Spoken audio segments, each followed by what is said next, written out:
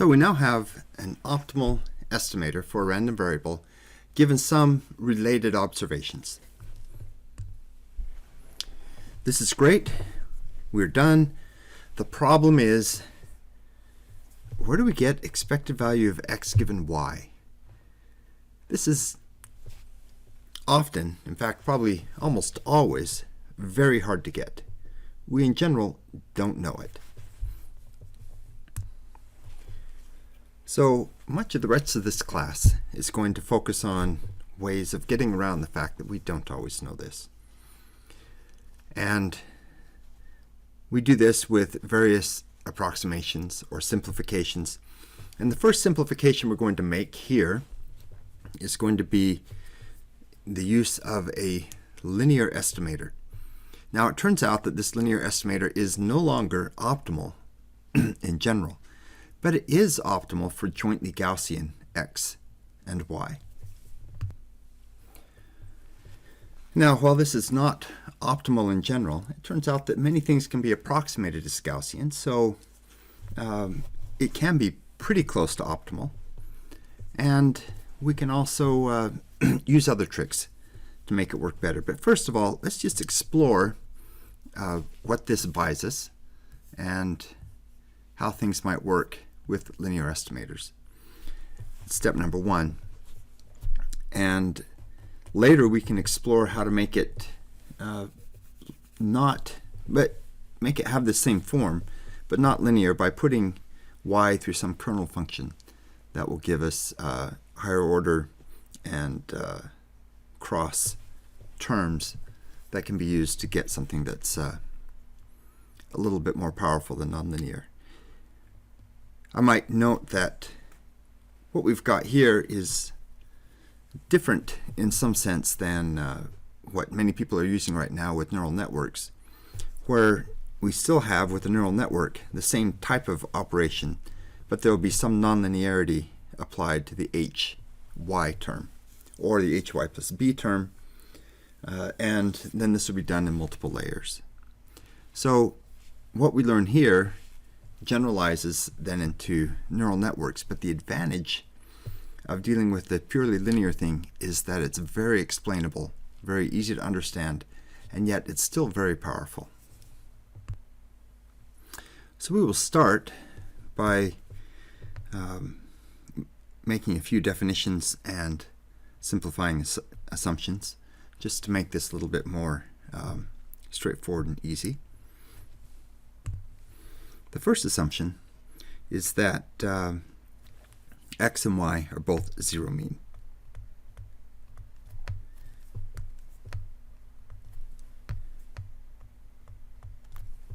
Now, one of the problems with this is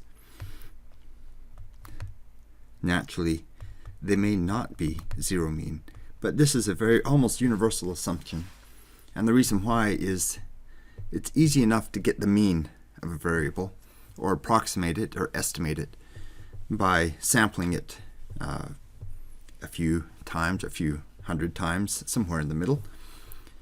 And then once you have the mean, anytime you make an observation, subtract out that mean, and then you have a zero mean random variable. And from there you can proceed. And that's how things usually proceed when you have non-zero mean random variables. We just make it zero mean and we proceed. And the downside of doing so is very small. So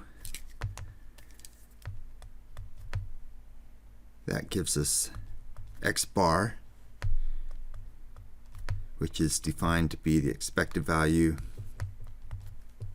of x, which is the same as what we've called mu of x before, is going to be 0, and we're going to get the same thing, of course, for y.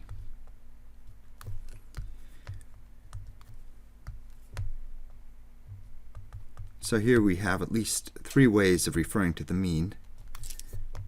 We have x bar, mu x, and expected value of x. And it may be confusing to bring in so many different ways of referring to the same quantity, but anytime you look on Wikipedia or in a textbook or paper, somebody's going to have their own definition of or symbol for what the mean might be. Some of the common ones are mu x, m sub x, just plain the expected value of x, and x bar. There are others, but if you understand, if you can flip back and forth between different symbols, it should make you more fluent when you're reading other people's works. Accordingly, we will tend to use what's most convenient. We're also going to define a correlation matrix as the expected value of x times x transpose, or x Hermitian if it's a complex variable. We'll do the same for y, and we'll do the same for the cross correlation.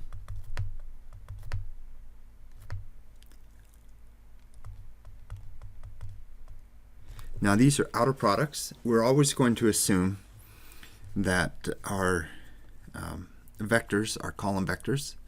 And so if we have a random variable that's a vector, it's going to be a column vector. And so this will be an outer product. It'll produce a matrix. This matrix is symmetric or conjugate symmetric. And although it's an outer product, which is usually just a rank 1 matrix, because of this expectation deal going on here, it turns out that this is going to be typically a positive definite matrix. Some circumstances may give you a positive semi-definite matrix. Okay, so back to our estimator. We have a linear estimator, hy plus b, and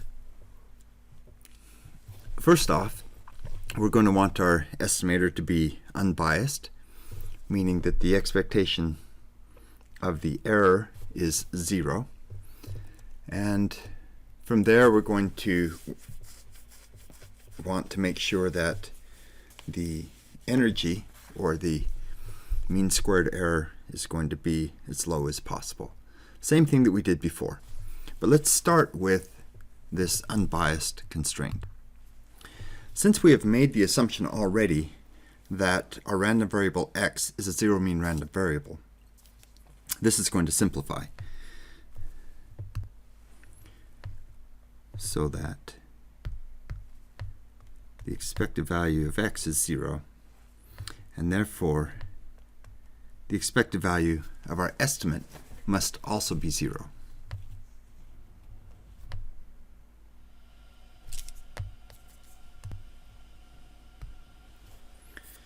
Well, if we have an estimate of the form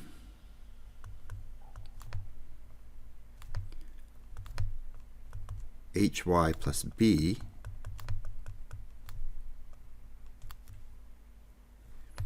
this is going to be h times the expected value of y plus b, and that has to be 0.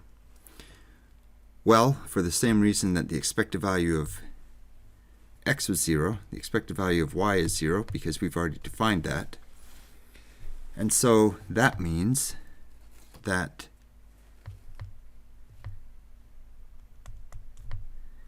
b must be 0. Well, we tried to start out with a nice linear estimator that had lots of capabilities, and we found that we're not going to use one of them. So now we can just simply use h of y is equal to h of y, where h is going to be some matrix in general. Y is some vector. And if x is a vector, then this is going to be vector valued.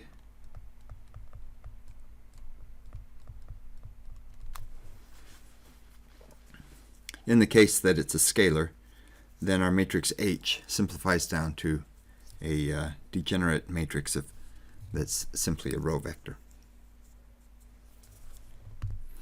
Now on to step 2, is to minimize the expected value now of x minus hy squared. Actually, in general, for vector valued, this is going to be the expected value of x minus hy times x minus hy conjugate transpose Hermitian.